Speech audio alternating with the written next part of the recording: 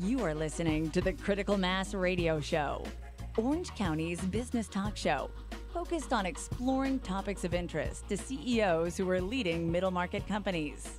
With your host, Richard Franzi. And welcome to this edition of Critical Mass Radio Show and Podcast. I am your host, Richard Franzi, and this is episode number 1099. 70 million people in the world are in need of a wheelchair but cannot afford one. Free Wheelchair Mission is a nonprofit organization that provides wheelchairs at no cost to people in developing nations.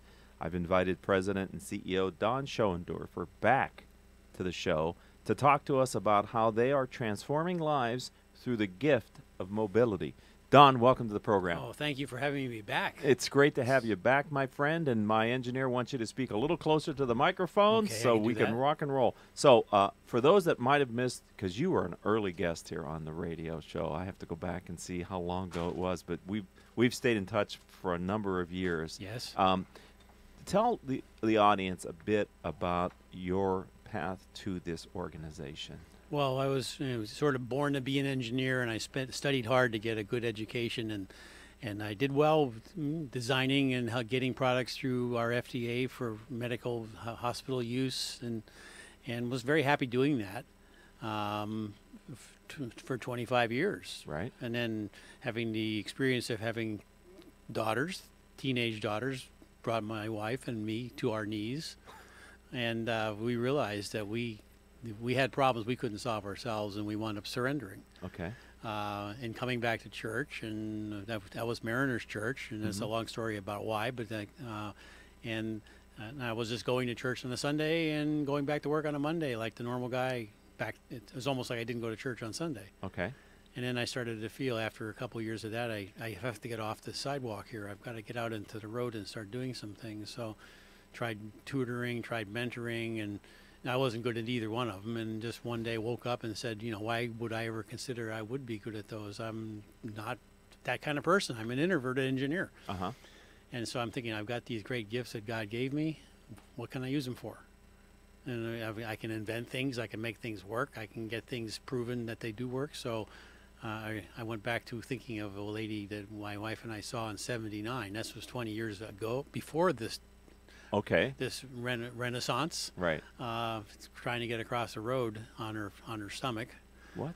Crawling on the road in a small part of an old city in Morocco, and even then I was concerned, and I carried that image around for many years. That's haunting, actually. That thinking about why is it this way, and why is nobody caring around her and doing nothing about it? And it was just we walked away thinking this is life in a developing world. Right. But it took a long time, like 20 years, to put that in perspective of what can I do about it. Uh-huh. And maybe that, I'm not so sure why, I started looking into wheelchairs, and I could use the internet for a research tool back in the late 90s, and I could find out that there's this tremendous need. We've converged on a number now with 70 million. Right. But the fact is it's not known, and it's more than that. But people going without a wheelchair, how could that be?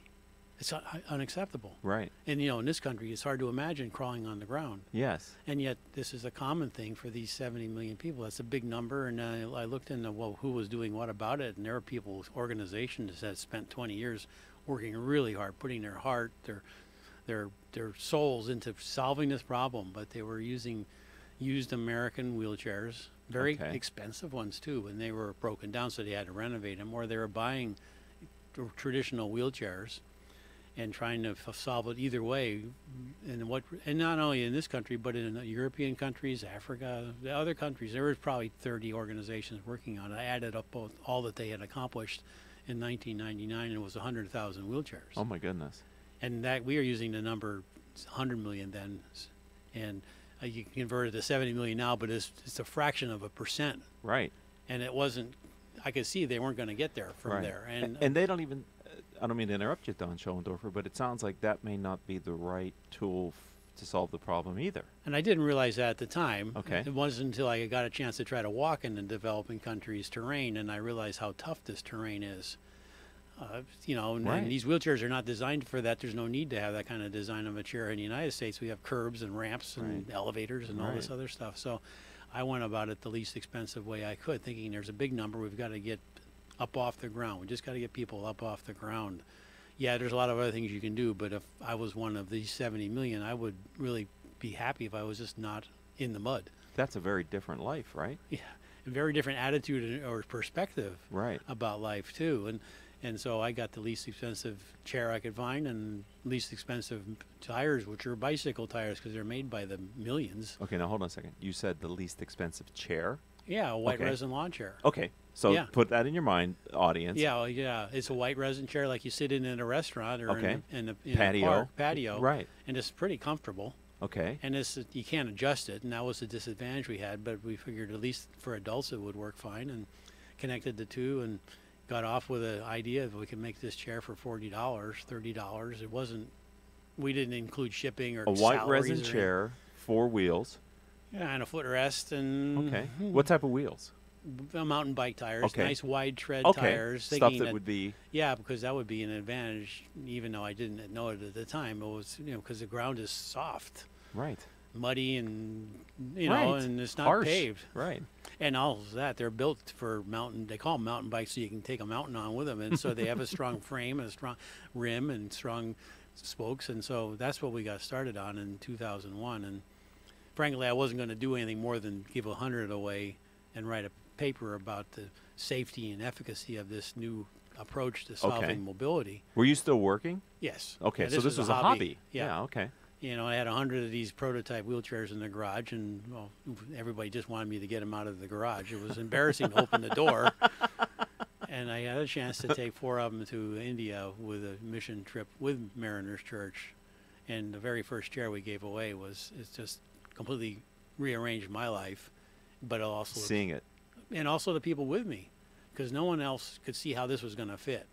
Because it doesn't Okay. look like a wheelchair, and certainly not a conventional wheelchair. Right, like Western, right. And I had no answers.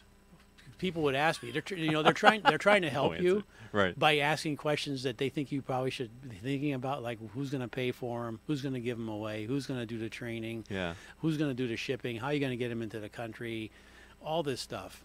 And I just want to do an experiment. I just want to prove that this is going to work. I'm going to write a paper, and I'm going to go back to my regular thinking of Right. and that'll be the end all. That's all I'll need to do. Okay. Well, I got back from that trip to India, and while I was gone, the company I was working for went bankrupt. Oh.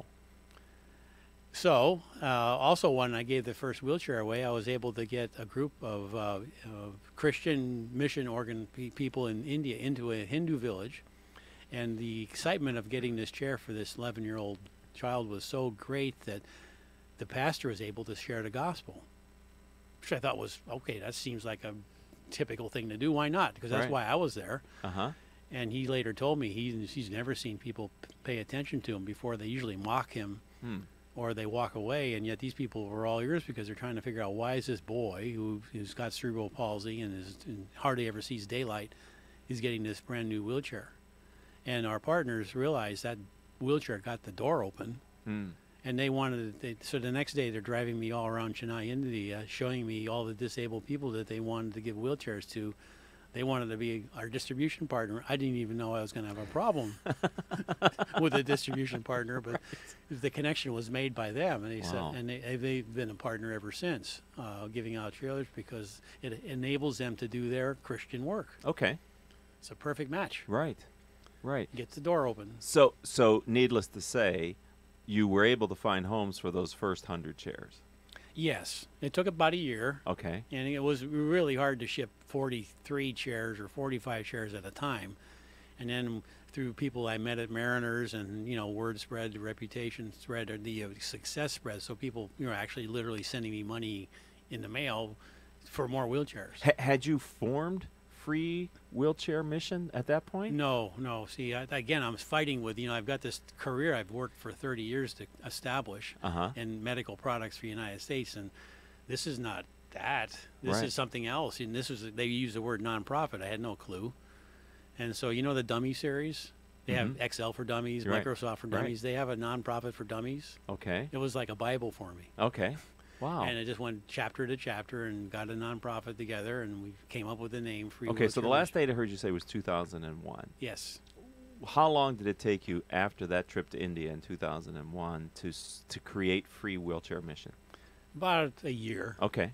You And know, in that time, you were still kind of Still working. settling on what you were going to do, right? well, still trying to work. I was trying to consult and trying to keep food on the table. Sure. And my wife was a stay-at-home mom, and then after about 4 months, she decided, I've worked and she's stayed at home for 14 years, and our kids are grown up, so she was going to reverse the plan, and she went back to work, so I could just do this full time. Wow. Okay, so we're going to take a break here on Critical Mass Radio Show and Podcast.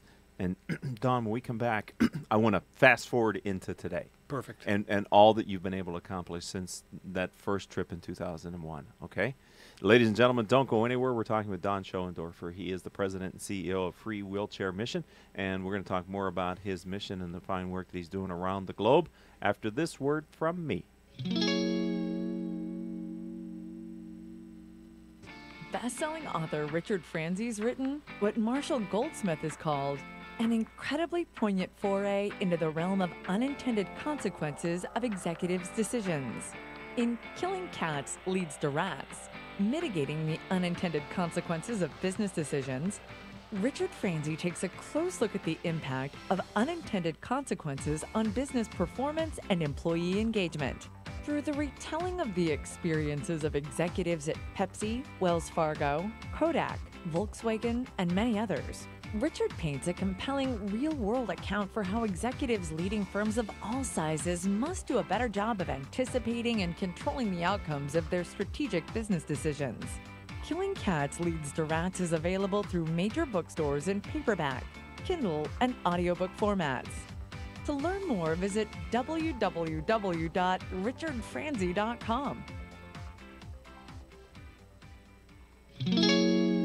And welcome back to this edition, our nonprofit edition of Critical Mass Radio Show and Podcast. You know, all of our shows can be heard anytime on iHeartRadio, iTunes, Stitcher, Spreaker.com, several hundred former guest websites whose CEOs have been on our show and their companies put the appearance on their platform somewhere. Since we started our show in 2009, we've reached hundreds of thousands of listeners through our live stream here on octalkradio.net, podcasts, and other platforms that we use. Simply type Critical Mass Radio Show in your favorite podcasting software to be able to start getting our weekly shows with great guests like Don Schoendorfer, who is president and CEO of Free Wheelchair Mission.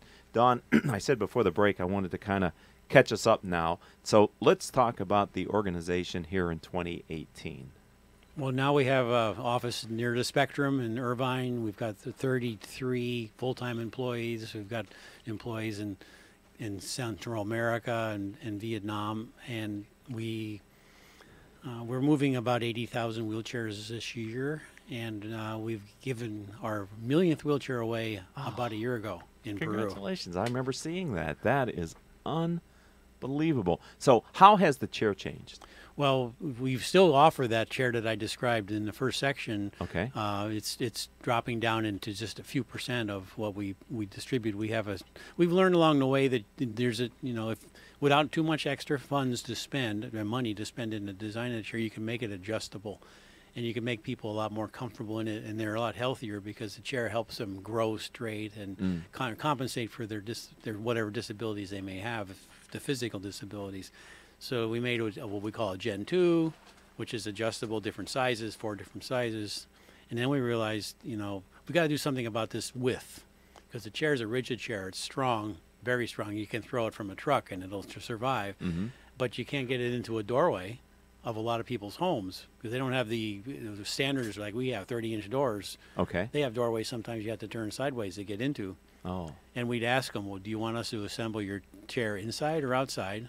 Because you're not going to get it through the door. And we've actually seen people move the door because they still want that wheelchair, but that's uncommon. But invariably they say inside. Okay, well, you've given the chair. They're going to use it inside. But, what can you do about this? It's a chair. You've got to get it through. So they've had fold-up chairs for 100 years, but they're expensive, more expensive. And this way, we figured out a way, with a lot of help from colleagues and supporters all around the world, to have a fold-up chair. Wow. And that's our Gen 3. It's a little heavier. It's a little, because it's got that fold-up mechanism, but it turns out to be a very sought-after chair. And it's a little bit more money, so we got to be careful about a lot of places. the rural areas, a rigid frame is valuable. Okay. But in the urban areas, especially in places where they need to use public transportation, and some of our partners actually they give away a Gen 2, which is the rigid frame, and then they go visit the person's home and they say, you're okay with a Gen 2 because the doorways are wide, or you need a Gen 3 because I see you're stuck inside. Okay. And then they're very carefully using actually what we say good stewardship and giving away the donations we have to the chairs that are appropriately for the appropriate person. So I have a number of questions. We're not going to be able to get to all of them today, but one thing that I remember that you mentioned to me on the previous time that you were on the radio show is not only how these chairs change the life of the person who needs the chair, but also the family who previously had to spend a lot of energy in helping this immobile person become somewhat more mobile. Can you speak a little bit about that? I don't think over these years, 17 years, I don't think I've ever seen someone by themselves with a disability that prevents them from walking. I don't think you could survive. Sometimes it's a neighbor. Wow. Sometimes it's the community that adopts a on their person. back or helping. Well, they're bringing food to them. Maybe they can't carry them. Maybe they're too big to be carried, or maybe they're too frail. But they've been adopted by family members, neighborhoods, churches, and they're sometimes it's 24/7 care that these people have to give to the person with a disability. When you bring a chair, you've removed the burden on the shoulders of lots of people. Right. Sometimes 3, sometimes 5, sometimes even more. Wow. Because they can now focus on the lives they used to have before they had this responsibility. They can go back to work. Somebody can if as a child, you can get the child to school, which you couldn't before because they're too heavy and it was going to break your back to do that. Or you can get somebody to watch over the child and you can get a job. And then, there's a lot of community services in a developing country. It's amazing. It's hard to see where a family ends and the next family begins.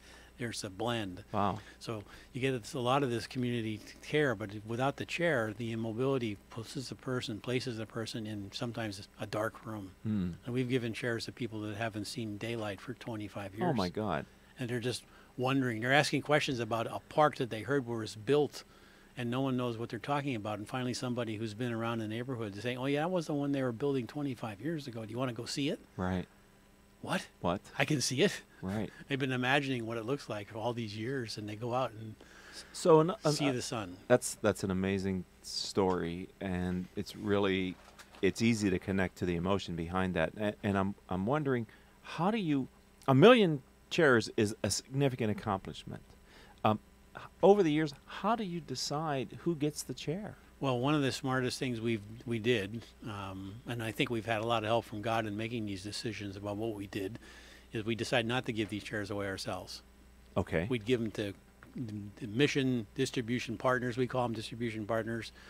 The majority of them are faith-based Christian partners that are around the world trying to do their mission work. And like I mentioned to you, what happened in India, what they've learned is this allows them to do the work that they started, which could be running an orphanage or a hospital or feeding the poor or building buildings. But the chair is giving them a reputation in the community, an awareness and an appreciation, because when you give somebody a wheelchair, it is a minute kind of or sometimes just seconds, you change somebody's life. Yes. It's very newsworthy, so they get in the newspapers, they get a lot of respect from the governments. And so we give the containers to partners and they decide. Okay. So they actually pay dearly for this. Sometimes they have to pay for the whole process of getting the chairs through the customs and duties and transportation and storage, and then selecting the people and then paying for the transportation to get these chairs out. Because these people can't usually come to a center. They have to be brought to the center, or the wheelchair has to go to their front door. But they make these decisions. And we ask them, we want to make sure you give this chair to somebody that's got to be safe. Got to make sure that they're safe in this chair. And that means training. We never thought of that before. Because what would an engineer know about this? But we, along the ways, we've gotten people that really want us to improve, and they've helped us learn how to train a family or the caretakers and how to transfer in and out of the chair, how to do exercises, how to make sure that the person's comfortable in the chair, and how to maintain the chair. So do you have a sense for, are these going to children, middle-aged, elderly? Where are the chairs landing? It seems like in most of the world, the focus is on the elderly. Okay. They respect the elderly, Asian cultures especially, this is true. So we don't see as many chairs going to children as we would like. Okay. But we don't really have a child chair anyway. We have a chair that's for a young or a small adult. Uh-huh. It's only 13 inches wide, which, they have to be probably 45 pounds or 50 pounds to actually fit in that chair. That doesn't mean they are given to children, but we hope we're doing enough training to inform the people how to put pillows or cardboard spacers or something in there so they'll sit straight up. You know how important it is to have your child sit straight up while they're growing. Right. So that they, will stand, even if they can't walk. It's still important for them to be able to develop a straight spine and be, and bones. Because, yes. And that's what we need a chair to do that. So I have in my mind that when you were on the show before, you left me with this thought that you were getting people out of the dirt. Is that a fair thing to sort of recall? Yeah, some countries it's acceptable and necessary to crawl, and literally are getting them out of the dirt. Some countries that's socially unacceptable to be actually out crawling. You just don't see it. Right. And they're the sad. It might sound really sad when your listeners hear that crawling on the ground but it's more desirable than not being able to. Yes. Because you have no independence at all when you Right. can't. You have to wait for somebody to come move you. Right. And so there's a level where there are people who are crawling. That's sad and it's terrible to look at. But then there's another level where they can't get out anywhere. And you may be rescuing them from a hammock, or they may be laying on the ground, or it might be a mat, or maybe it could be even a bed. But whatever it is, you're rescuing them from the situation of being totally immobile. So if someone listening live here on OC Talk Radio or watching the live feed on Facebook or maybe in the future podcast would like to donate or get involved with your mission, how do they find Free Wheelchair Mission? Well, the easiest way is on our website. We've got a great website, freewheelchairmission.org. There's no spaces between the letters, freewheelchairmission.org. Got it. We're on Facebook, we're on all the other social media platforms. We're becoming very sophisticated now. It took us a while. Certainly took me a while. And we have opportunities for people in Orange County to get involved with our program. We have actually a marathon coming up at Orange County Marathon. We have a lot of runners coming up, running this coming Saturday and Sunday. Well, that's a great time. And with our office in Irvine, we don't give away chairs in the United States because there's options for most people in the States, although they're still in need. But there's still things to do where we could use volunteers in the office. Okay. And it doesn't it's not just stamps and folding envelopes. You can donate your talent, which is depending on what your talent is, could be awesome for Free Wheelchair Mission. But it all comes down to, and one thing I have to tell you, this wheelchair, $80. Wow. Is what it costs to have one made, shipped, and delivered. Wow. $80. And it's given away totally free. It has to be given away free with no discrimination. Regardless of what your religion, your sex, your age, whatever it is, your nationality, your race, you get a wheelchair if you need one. That's awesome. For free.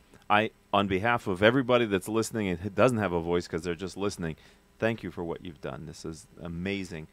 70 million in need. You've made a dent in that at $1 million, and hopefully you will continue this for quite some time to come, and you can come back on the show and tell us about the future successes. Second million by 2025. That's our goal. Okay.